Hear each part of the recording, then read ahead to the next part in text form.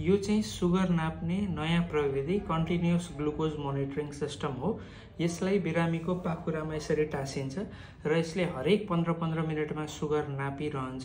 यसरी दिनमा 100 चोटि जति सुगर नाप्छ र यो 14 दिनसम्म नापिरहन्छ। यसले सुगर कति छ भनेर त भन्छ नै, त्यसबाहेक सुगर कसरी घटबड भइरहेको छ भनेर एउटा ग्राफ पनि बनाएर दिन्छ। फास्टिङ वा पीपी सुगर नाप्नु भनेको चाहिँ एउटा स्टिल फोटोग्राफ लिए जस्तो हो भने यो सीजीएम को डाटालाई हेर्नु भनेको चाहिँ कन्टिन्युअस भिडियो हेरे जस्तो हो। यहाँ मैले 2 जना पेशेन्टहरुको सीजीएम डेटा लिएको छु। यो पहिलो पेशेन्टको सीजीएम को रिपोर्ट हो।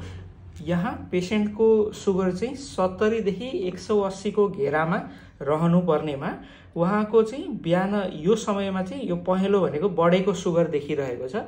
यो चाहिँ बिहान लगभग 6 बजेदेखि उहाँको सुगर बढ्दो रहेछ र बाँकी समय चाहिँ त्यही घेरा चाहिने जति नै सुगर उहाँको थियो।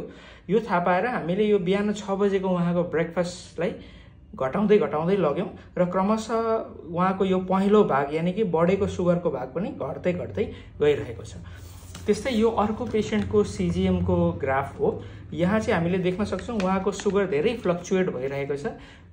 कुनै कुनै बेला सुगर चाहिँ लो गइरहेको छ भने कुनै बेला चाहिँ हाई, कुनै बेला नर्मल र कुनै कुनै दिन चाहिँ धेरै बेरसम्म हाई पनि भइरहेको छ। यस्तो व्यक्तिहरू चाहिँ कम्प्लिकेसनको रिस्कमा जाने धेरै खतरा हुन्छ।